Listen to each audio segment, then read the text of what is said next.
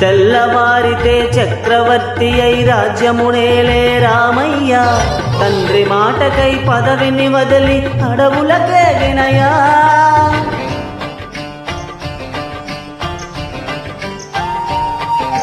మహిళ జనులను కావగ వచ్చిన మహావిష్ణు అవతారమయ, కాలిని రక్కసుడపహరించితే ఆక్రోశించెనయా.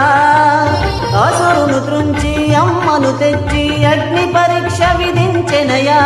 చాకలి నిందకు సత్యము చాటగ కులసతినే విడనాడెనయ. నా రాముని కష్టం లోకంలో ఎవరూ పడలేదయ్యా.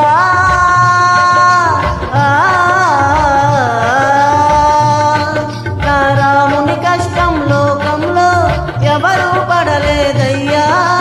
సత్యం ధర్మం త్యాగంలో అతనికి సరిలేరయ్యా.